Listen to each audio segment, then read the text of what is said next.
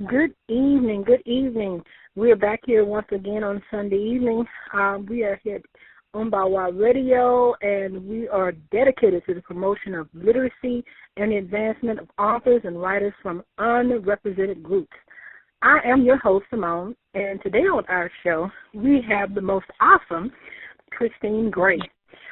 Christine Gray, formerly known as Sapphire, is the CEO of After Hours Publications, as well as a very creative writer signed to Royalty Publishing House. She has been heating up the BWWM romance scene with her talent for creating books that pull her readers into the story, allowing them to experience every emotion since 2014. Her gift for original storylines laced with mystery, humor, and erotic moments combined with strong women and devilishly handsome men has brought her a large fan base in a very short time. Welcome, Miss Gray, to the show. Hi, thank you. I'm very excited to be here. Oh, it's great to have you here on this Sunday evening. Well, I guess we're going to just kind of dive right in to the interview. I'm very, very curious about you as, as a author. My first question is, what made you decide that you wanted to be an author? I would like to say that it was like something major or catastrophic or something like that, but really, I just always had a desire to write. I've been writing ever since I've been in high school, from doing monologues and plays and stuff like that, in my school and also in the church. And it just morphed basically. I've always been someone that was always in her mind, or like a person that's always like inside your mind. You know what I'm saying? So it just seems like a very normal thing to start taking some of those thoughts and those imaginations and just start putting them to paper. And that's basically how, I started. Yes, ma'am. Oh, my goodness. Well, you said nothing. Most times, for the time that I've interviewed other authors on this show, I've noticed that everybody's start is different. And it's never really something outlandish or anything like that. Most times it's something that they feel like they want to get out, something they want to share. And, I find that most times when they are talking about that particular reason why. And with your first book, how did you decide on that particular topic or come across that particular idea for that first book? Okay. The very first book that I wrote, it was underneath my original pen name, Sapphire. And that was Don't Tell My Husband.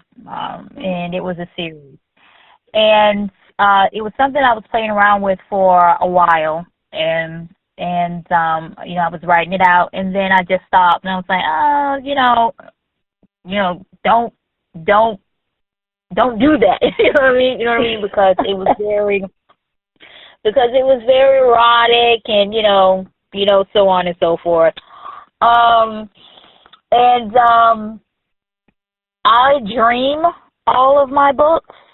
So, usually it starts off with a very realistic dream, and then I wake up and then I just start outlining what I've dreamt. So that's really how Don't Tell My Husband really came to be. It was a dream that I had, and it turned into a book. So needless to say, I have very, very interesting dreams. Okay. Just from that title, I can get that idea from that.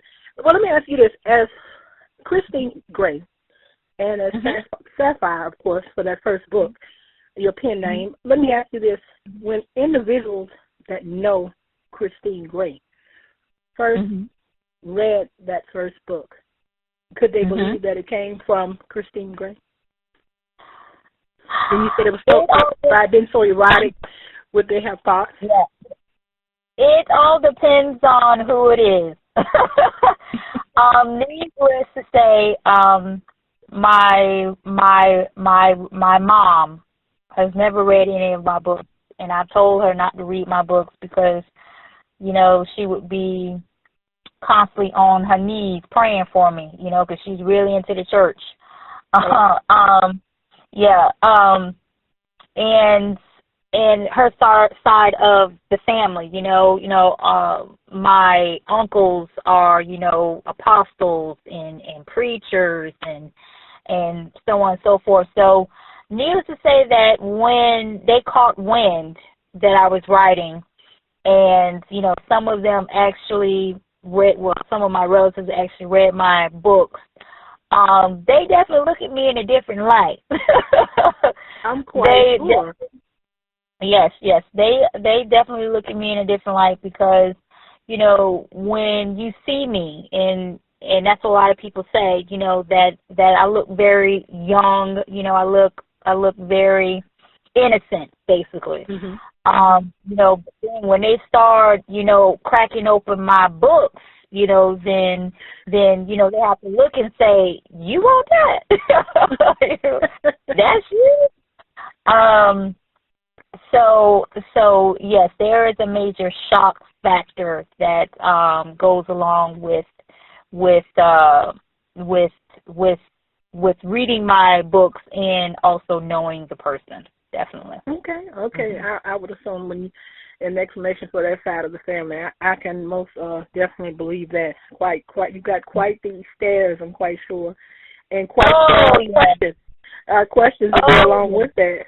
Of course, I could, basically hear, where in the world did you get that from, and why would you write that? I'm quite sure those were just a few of the questions that you got. Leading to my next question, how long did it take you to complete Don't Tell My Husband, and what was the process like writing that book? Okay.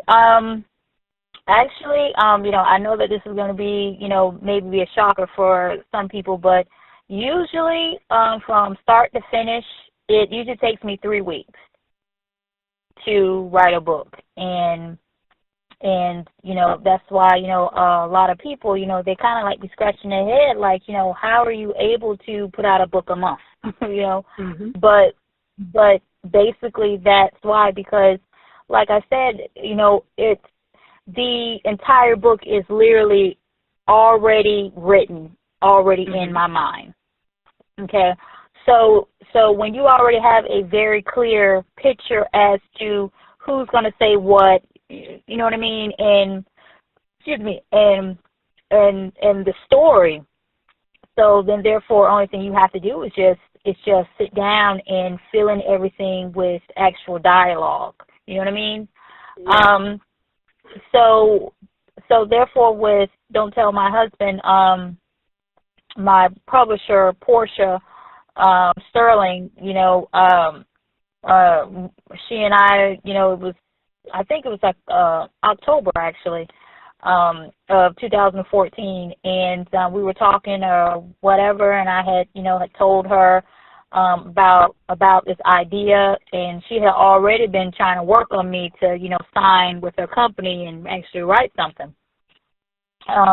So I told her the idea, and she was like, write it. So I said, sure, and then I would probably say, like I said, 2.5 weeks later, I was sending her the book, and that book came out, and the release date was Thanksgiving Eve. Eve. So okay. Yeah, so that gives you a little bit of a window as to a timeline of start to finish.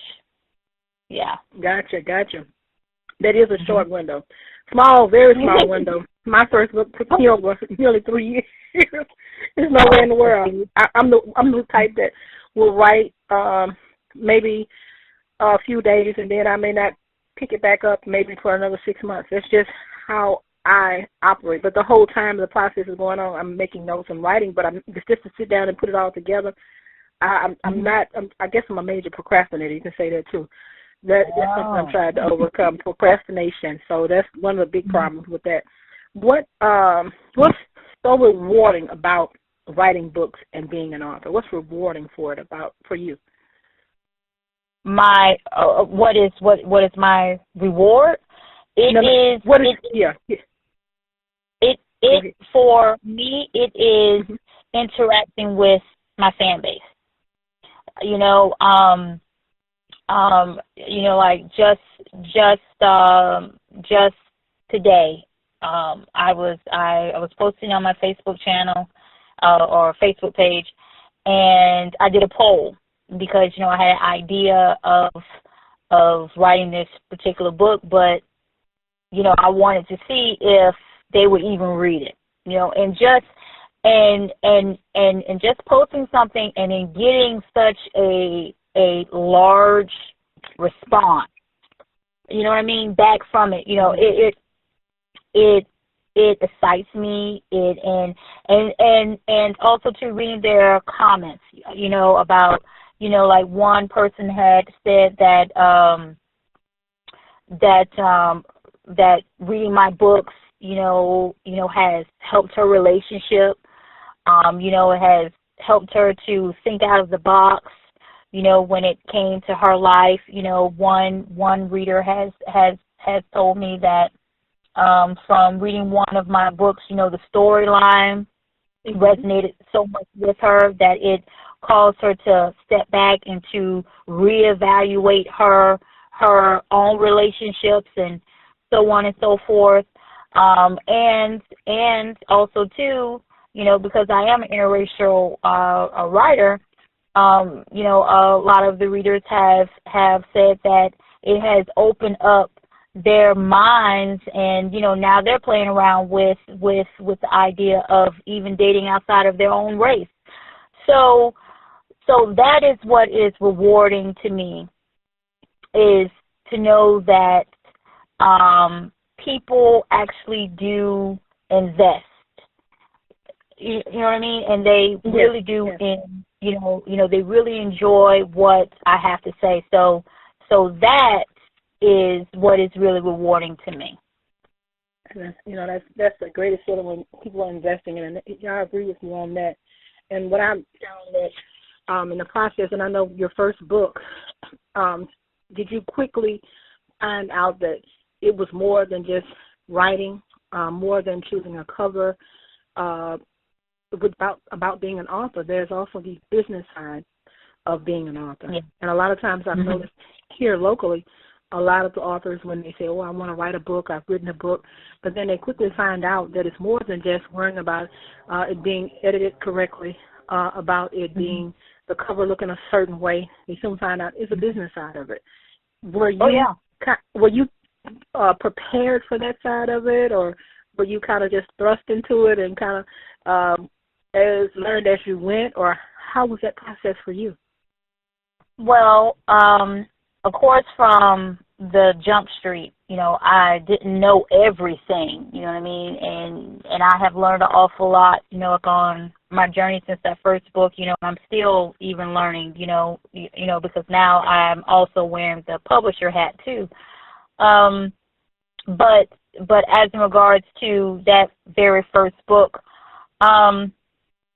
it was relatively a pretty good experience for me, because Portia and I, we already had a friendship, you know what I mean? So a little bit of, things that she was going through, and, so on and so forth, with her being CEO of her company, she had already shared some of that with me. Plus too, I knew that I was signing with someone that I knew that was going to take care of what I birthed. Okay. So in that aspect, no. I did have, a lot to say, in the title and with the cover, but there really wasn't too many issues. Now, as in regards to the business side, that I didn't realize that play an awful lot into it is the promoting. Okay. I had no idea, about how the whole Facebook monster, entity worked. you know. So I had to learn basically, the whole marketing strategy of it all, because a publisher can only do so much, okay, as in regards to them promoting your work, okay. You, as in regards to the writer, you also have to do your part as well. So that is what I learned, from day one with that very first book, is that you have to be your loudest cheerleader. Okay, you can't just sit back and just expect for somebody to open up every door for you. No, you have to hustle too, basically. Okay, and I agree with that. You have to, and I think that's. I'm gonna say that what I saw from my standpoint, like I said, I can go back to the local authors that are here in town. There are some that have been successful here locally, but I've noticed that they bypass the business side of it and jump right into the marketing and promotional side of their, getting their book out there, and they never stop to think about the business side of it. And a lot of them, in the end, they don't really make it to be. I don't want to say not that the book was not a success, but the part of the business part of it is unsuccessful. And that's why I'm so glad we have the opportunity for them to listen in to authors like yourself and others that have been there and admit to not knowing everything from Jump Street, that it's a process of learning and, researching, and I guess trial and error also. But you have that's something that's very beneficial to doing this. You have the business side of it. You have to be balanced on all areas of doing this, and that's an awesome thing. Now, as you were speaking about promoting and marketing your book, what are some of the things some tips that you can give our listeners in doing that and getting the word out about your book? I would probably say visual. Visualization is the key that I have found.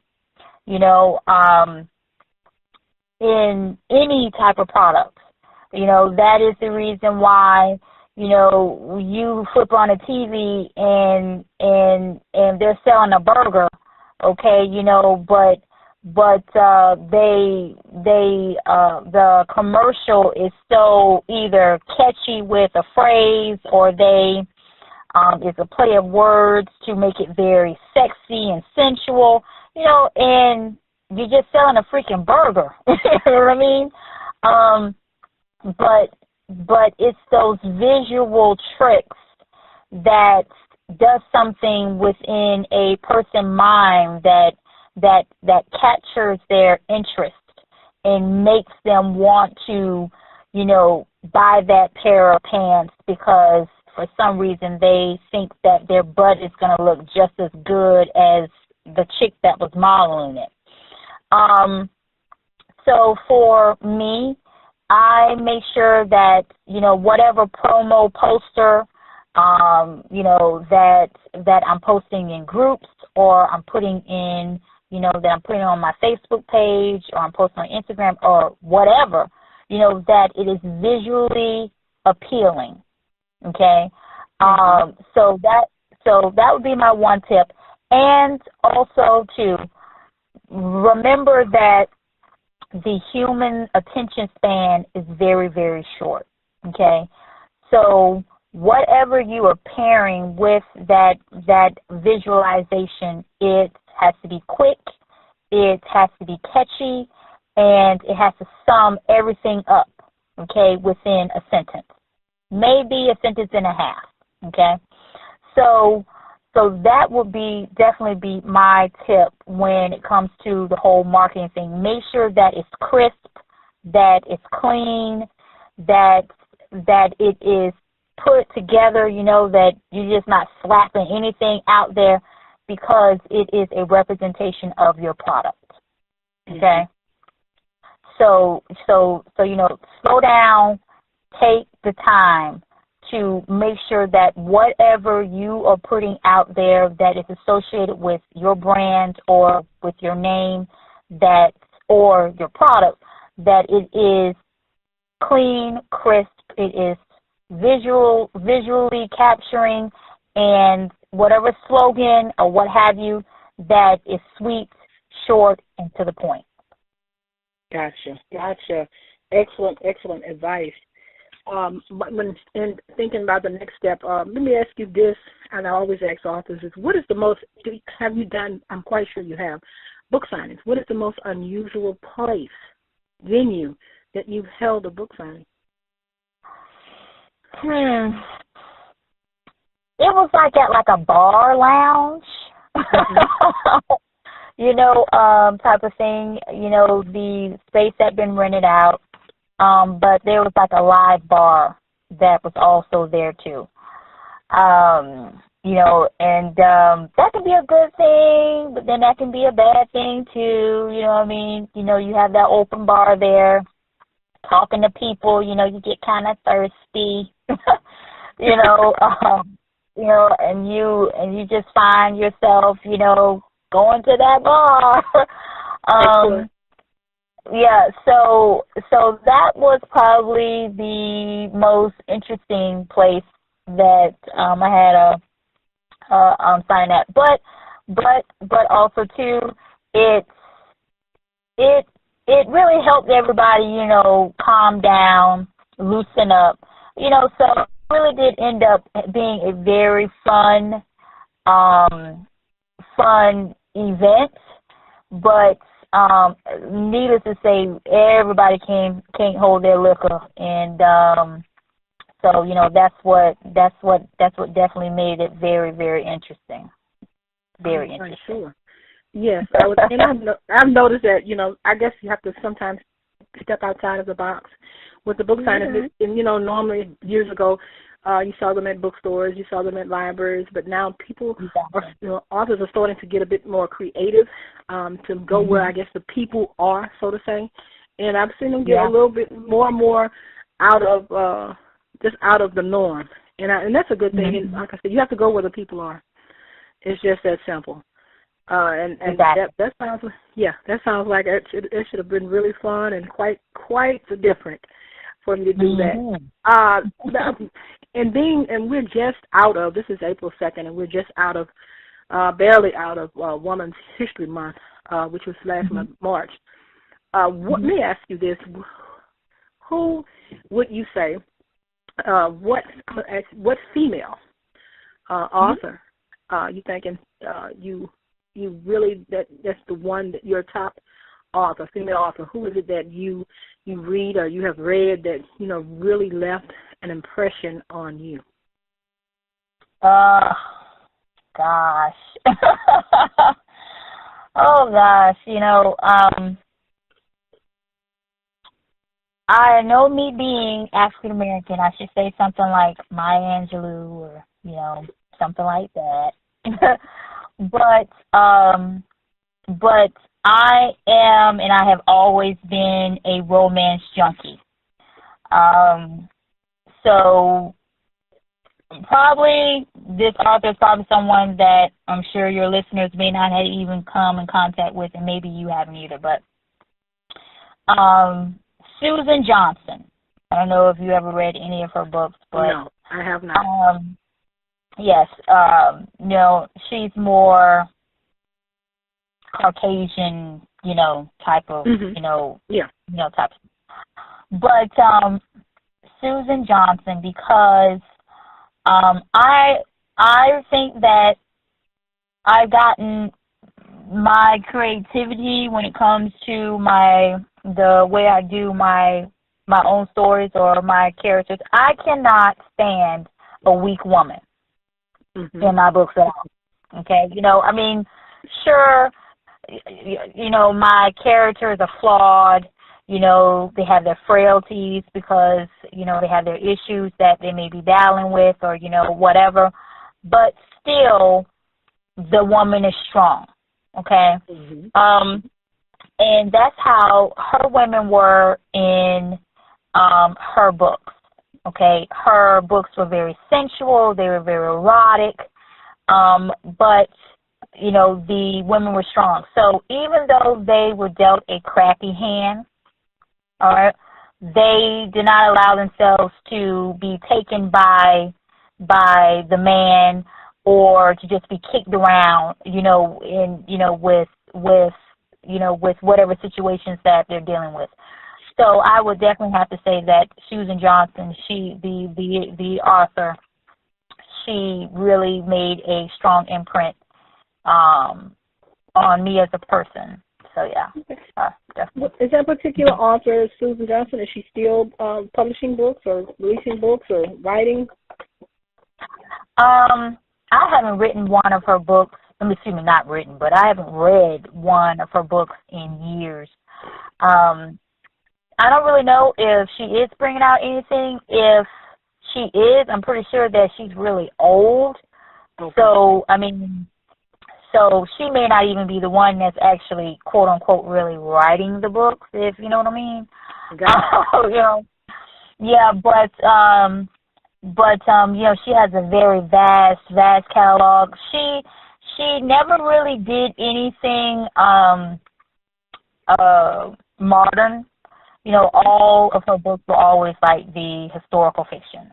You know, like like the Viking or the Scottish guy. You know, or he's like the noble rake, or you know, something like that. You know, but yeah, definitely her.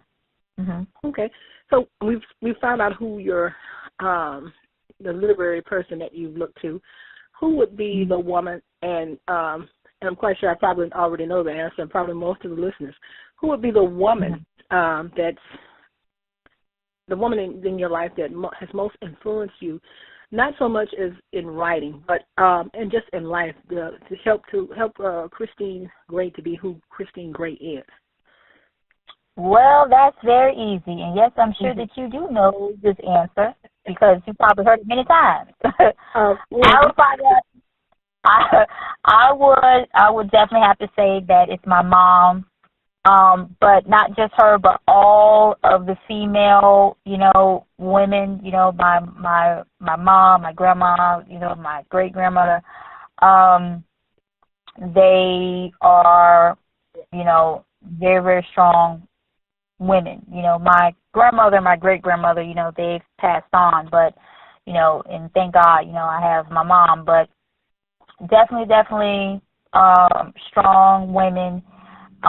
You know, once again, you know when life kicked them down, you know, when they struck out on love, or you know, whatever, you know, they always pick themselves up.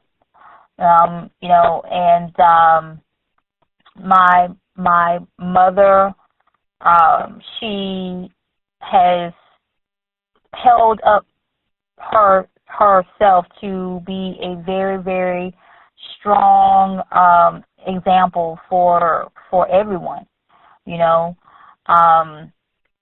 and therefore, you know, definitely her. You know, she knows me like a book. You know, it irritates me because, you know, I can be staring off into space, and somehow she knows exactly what I'm getting ready to do. You know, they have a way of knowing us. Exactly, you know what I mean? And she'll like give me that look, and she's like, you know, don't do it. You know, I'm looking at her like, what do you mean? You know, I haven't even done anything. You know, but you know, she knows somehow. She knows. But yeah, definitely her. You know, she has. Yeah, I just don't know how able to do it at times. You know, because so many people look to her, you know, for advice and for motivation, you know, and she always seems to know just how to spread herself just right, okay, to wherein she's able to touch, and be a blessing to everyone. So yeah, she is definitely, one of those bright stars that I definitely look to in time of need or guidance or whatever. Definitely. And I've learned. I say the same thing about my mom before she passed. It seems like they know you, but they always seem to make themselves available for everybody. Mm-hmm. And with her life at her services, I kept hearing the same thing over and over. Every person that got up and said something, about her being a caregiver. She was a caregiver just about all of her life for everybody. If anybody was sick in the family, she would be the one that would take care of them. She, and she was always the one that took everybody, the kids, during the summer when their parents would be working during the summer, and she would be off. She would take everybody's kids and be in her yard from the neighborhood, and either just our cousins. Everybody was at that house, and most weekends, my cousins would leave on Monday morning and go to school from our house because they didn't want to go home. And to have, just to everybody, and it kept that same phrase about her having a servant heart. And that was, and when I thought about it, sitting there, if they were speaking, I thought about it, and I said, that's exact the phrase to fit her. And I would always tell her, she said, you know what? And she instilled that in us all the time. She would tell us, if you can't help somebody, you certainly don't hurt them. And that's, if she couldn't help you, she definitely wasn't going to hurt you. And I carry that, and I've passed that on to my daughter, and I've told her that all of her life. But that same phrase she said over to me and my brother growing up, I say that to her. If you can't help somebody, but they seem to fit it in, they know you like a book. My mother knew. She said I could tell in your mannerisms when something is not right. She said I can tell the way you move. I know when something is wrong. She said you can't fool me. That's when I try to fool her. She said you can't fool me. She said I carried you for 9 months. You can't fool me. And it's right. And I guess as we get older, we'll become them. That's right. Yeah, we'll become them. And that's a good thing. Yes, that's exactly. a good thing. Yes, it is definitely a good thing. And I loved. I have nothing against male authors, but I love speaking and interviewing female. Please, male authors, if you listen, don't get mad. But it's just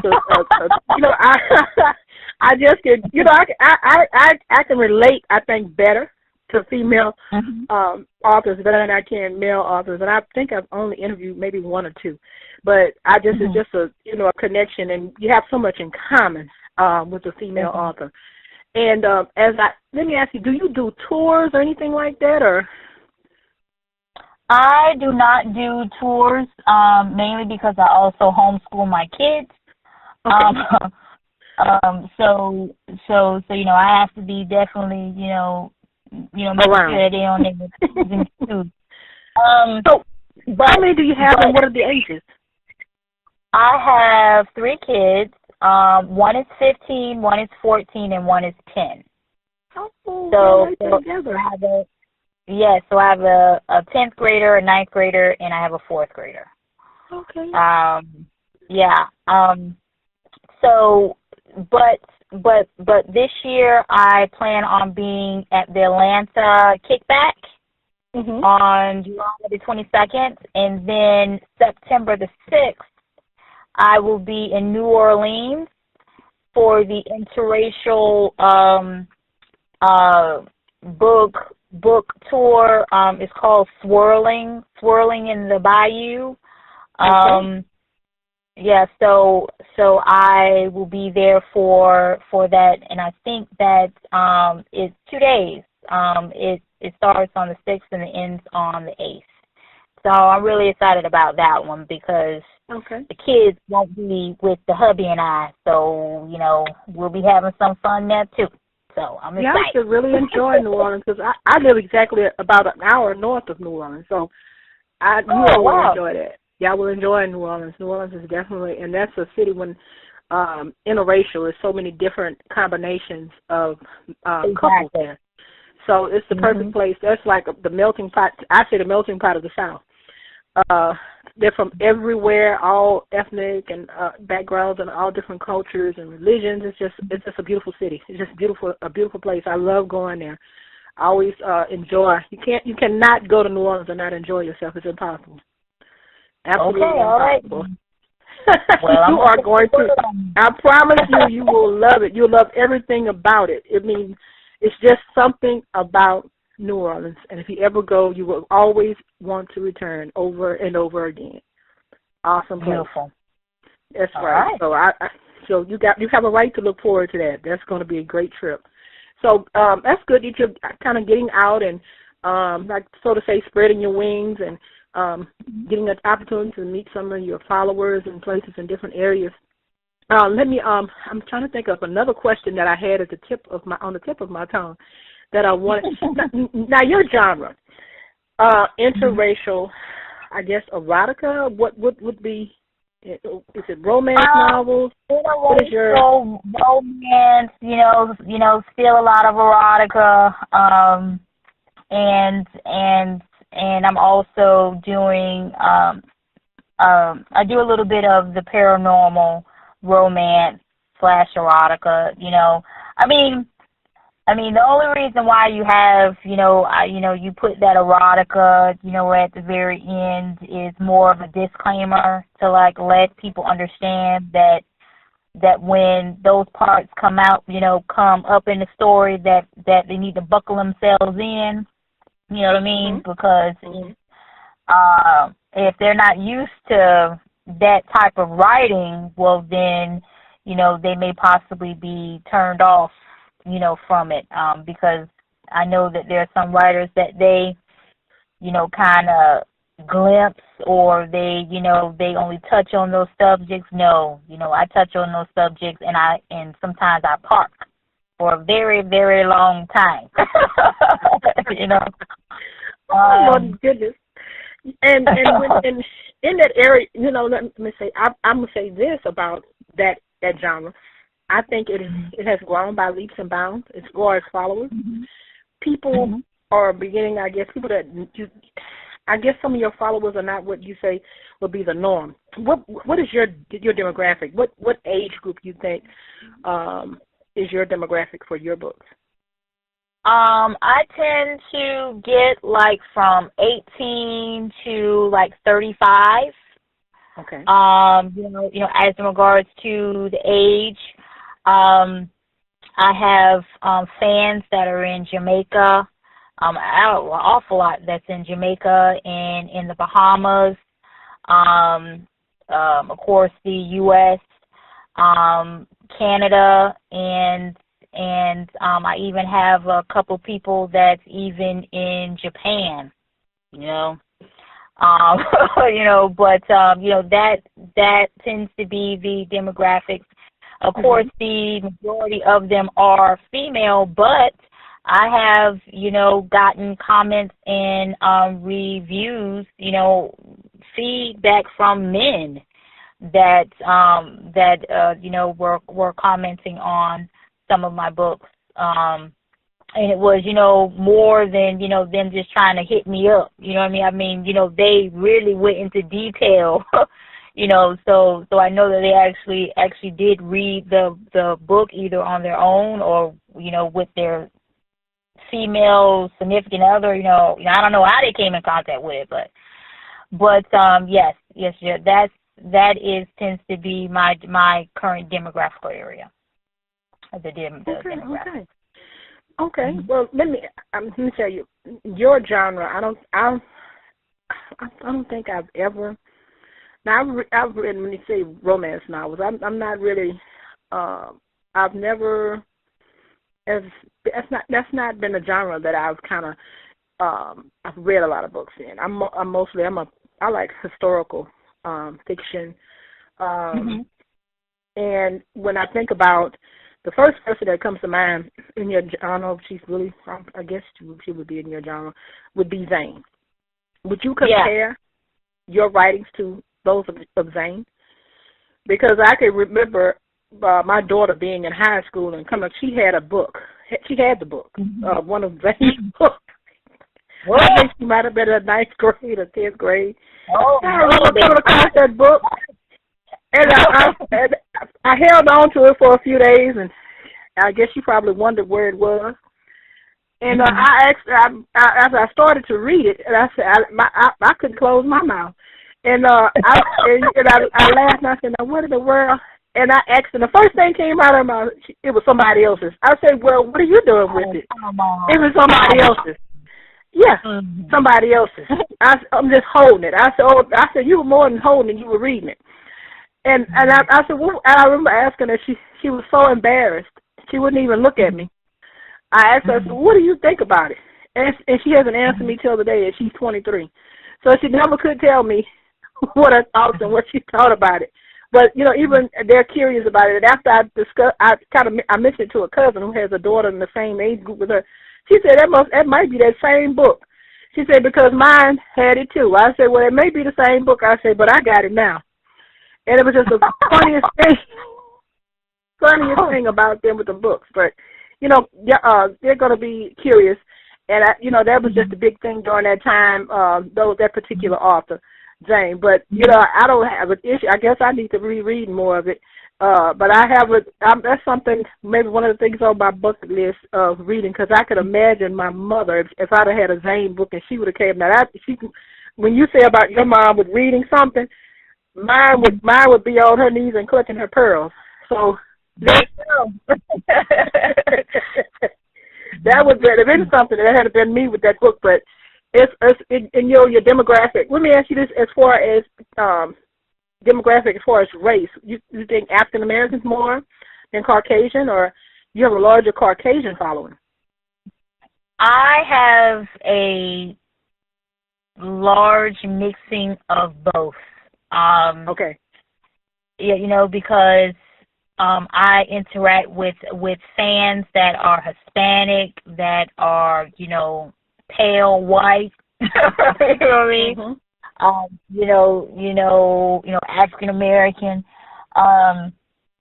So, you know, which that's something that, you know, I mean, it shouldn't have surprised me, but it did. You know what I mean? Because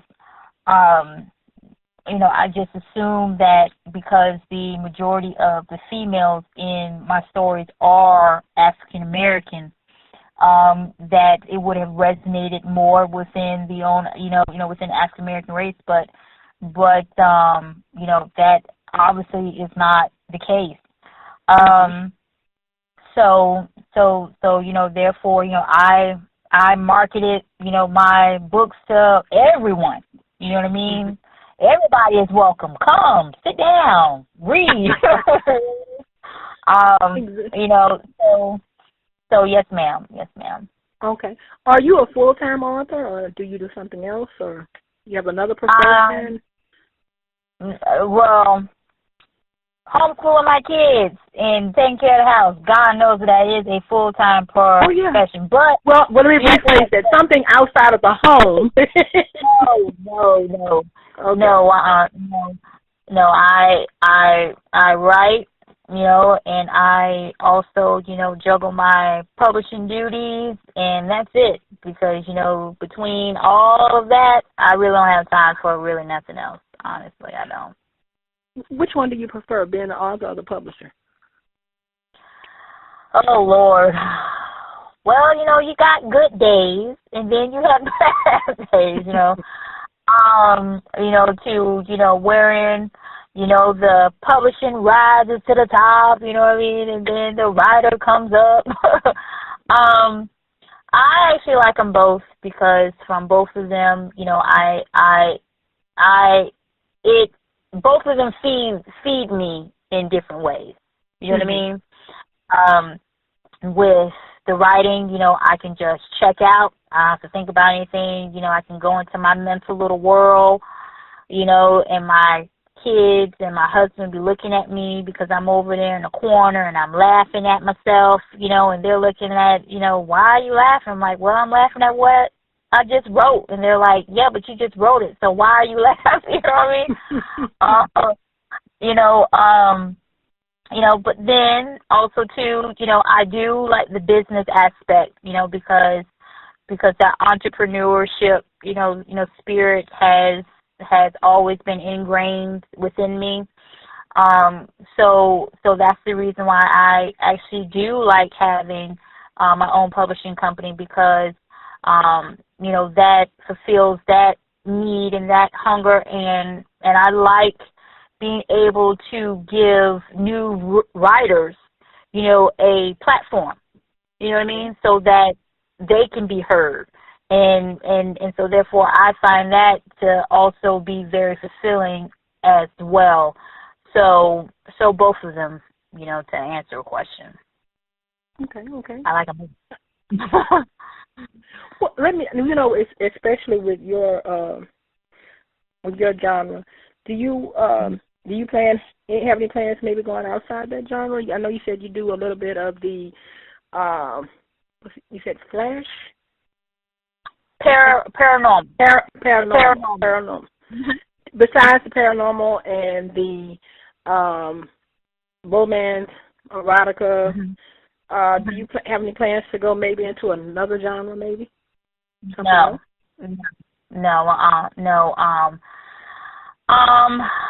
You know, which is real funny because I think it was my son. He was asking me that question, you know, because, you know, they always, you know, trying to give me an idea. You know, Mom, you know, why don't you try to buy a book about blah. But I don't really, you know, I don't mind reading books that are based in historical times, but me myself writing one, no. Sci-fi, I like watching my Star Trek with the original Captain Kirk with William Shatner. You know, but me actually going into that genre, no. So I will probably stay within these two genres of the paranormal and what's considered like the contemporary, you know, type of romance.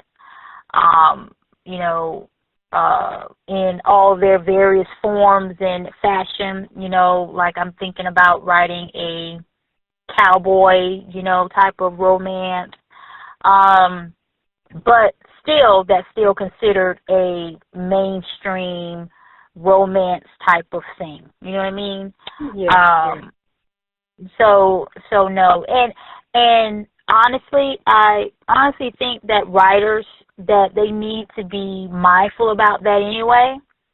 You know, jumping from genre to genre, because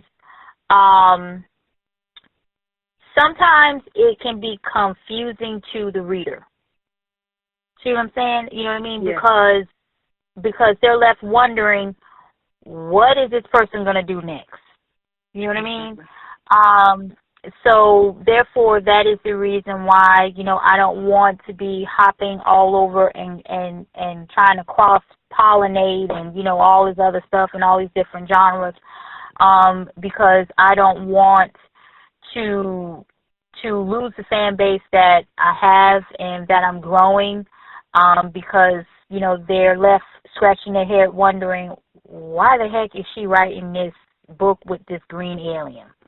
You know, but that's just me. Yeah, because they get comfortable with you being in a certain genre. I can understand that, and then when you jump up and you switch and you jump to something else, and it leaves them confused and not understanding why or where this come from. And I can understand that. Do you? And another question: I find that a lot of authors they kind of cross over into speaking. Have you found that you been doing any speaking anywhere, or can you see that in the near future? Because I can, because I notice there are a lot of things that are popping up here locally and surround, especially the New Orleans area and Atlanta, where there are different events and things that they have, especially geared towards the sex industry. And I could see you being the author in that particular genre, being a part of that. Have you experienced that as of yet, as far as being a speaker at some of these events and conferences that they're having? No one has not asked me to come and speak at their event. I think that it would be very interesting if someone did ask me to come speak in their sex industry type of event. No, you know, but I'm definitely open to it. You know, I mean, I don't have any problems, you know, with public speaking. You know, I like meeting people. you know. So yeah, you know, I would definitely be open to particular type of speaking engagements. Okay. Yeah, yeah, sure. I love it. I may have opened up a door to someone out here. Somebody may be listening. I may have opened up a door just now for you. So you never know. Give me a call. So, and let me ask you this: as far as to date, how many books have you written? Oh my God! It's too many. You have to think about it. It's that many. Yes. Yes. But you did say 3-week turnaround. I think the first book was released 3 years ago. 2014.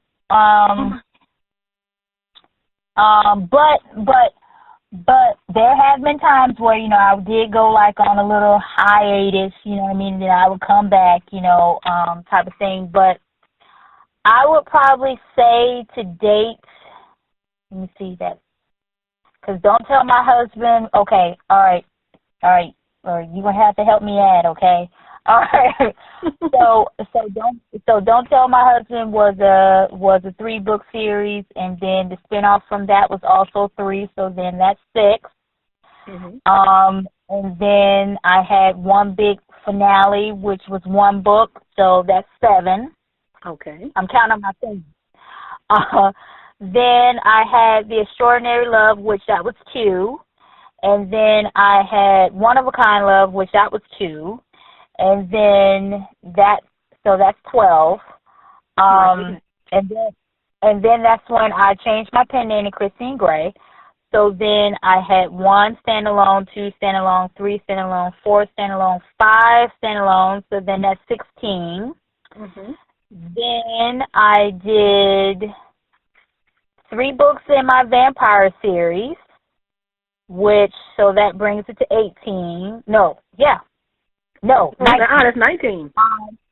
Yeah, okay, so then that brings it to 19.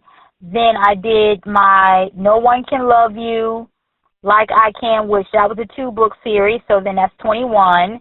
And then I did another standalone, which that was Irish Heat, so that's 22 books right now. In about a 2.5 year span? Yes. Oh my goodness. Yes. And and I've already outlined 4 more additional books to round out Lord Spare My Life 2017. So if I'm able to do all 4, then 1, 2, 3, 4, well, then that would be 26 that I would have in my belt at the end of the year. My goodness. I just don't know where you could possibly find the time. I can't even imagine. And you have 3 kids. You're homeschooling them. Yeah. And then you have a publishing company. And then on top of that, you have a husband. Yeah. Yeah. Oh, yeah. my God. Well, I tell you what. I would love to know your ancient Chinese secret. I would love to know what it is and how. I can barely find time today to get the few things that I need to be done, and I'm working. I'm really working on my time management, and I'm doing a whole lot better. So I commend you on that, because that's more than amazing. That's just outstanding. Outstanding. I just can't. I'm speechless. I'm totally speechless. So.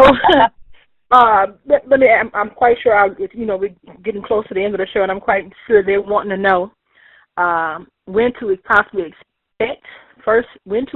expect the next book to be released, and secondly, how can they connect with Christine Gray via social media, website, just all your information on how to get books, how to contact you if they want you to speak at a particular type of engagement, and how can we make that happen? Okay, all right. Well, first on your list was when to expect the next book. Relentless 4, which is in side of The Final Kingdom Come. That is the conclusion to the Vampire series. That will be released April the 24th. Okay. All right. As in regards to getting in contact with me, they can get in contact with me through my Facebook page, which is Christine Gray Sapphire Rose on Facebook. I'm also on Twitter, on Instagram, which that's Christine Sapphire Gray. That's on Instagram. If they wanted to send me an email or try to get me that way, they should do it through my After Hours publications. That's After Hours with an S, publications with an S at outlook.com. If they wanted to submit to the After Hours Publications company, which of course I'm CEO over, the website is afterhourspublications.com. So and if they link on to the After Hours page and they go into our playroom, they will be able to see my bio and then a link to my own personal website where, of course, you can get up-to-date info about what I'm doing and also be able to access my books and such.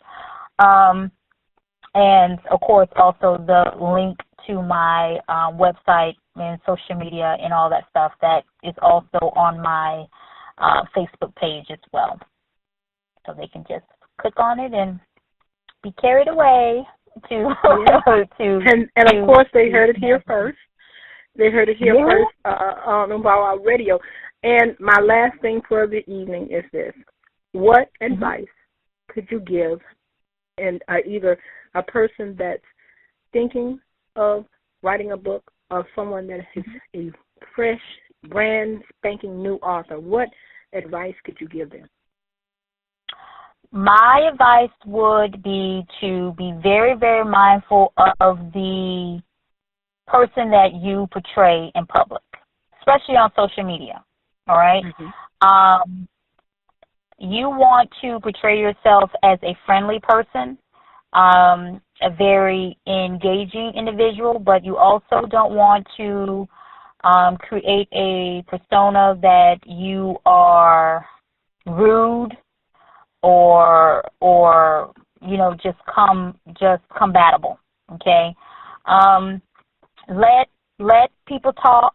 Let people say whatever that they want to say, but you be mindful about the way that you yourself portray your brand and yourself as a writer. I truly do believe that you get more flies to honey, than being sour. And readers pay attention, all right? And you want your readers to feel like you are an engaging individual, and that you are really focused on your craft. And, going back and forth with the bickering and, yada, yada, and attacking people also, that is not the type of business person that you want to portray yourself, because negative information always carries faster than positive words. Okay? So that would be my advice. Just hustle, stay focused, and keep your nose clean out of all of the drama that tends to pop up on social media. Oh, my goodness. You sound just like me. I say that over and over to any entrepreneurs that are here in town. They don't realize that. I tell them all the time, anything negative travels 10 times faster than something positive. Social media is not the platform for it, and you just confirmed that. And I'm hoping that some of these people that when I promote this show via social media, that they're listening and they hear that, and it's just not me saying that. It's somebody else that believes that and thinks that and knows that, and I appreciate it. I can't thank you enough. I have really thoroughly enjoyed this interview, getting to know Christine Gray and her process and her 3-week turnaround. I'm just still in awe about that number. I'm still in awe. And I just want to thank you for joining us, and hopefully once you get those next group of books out, we'll be chatting once again.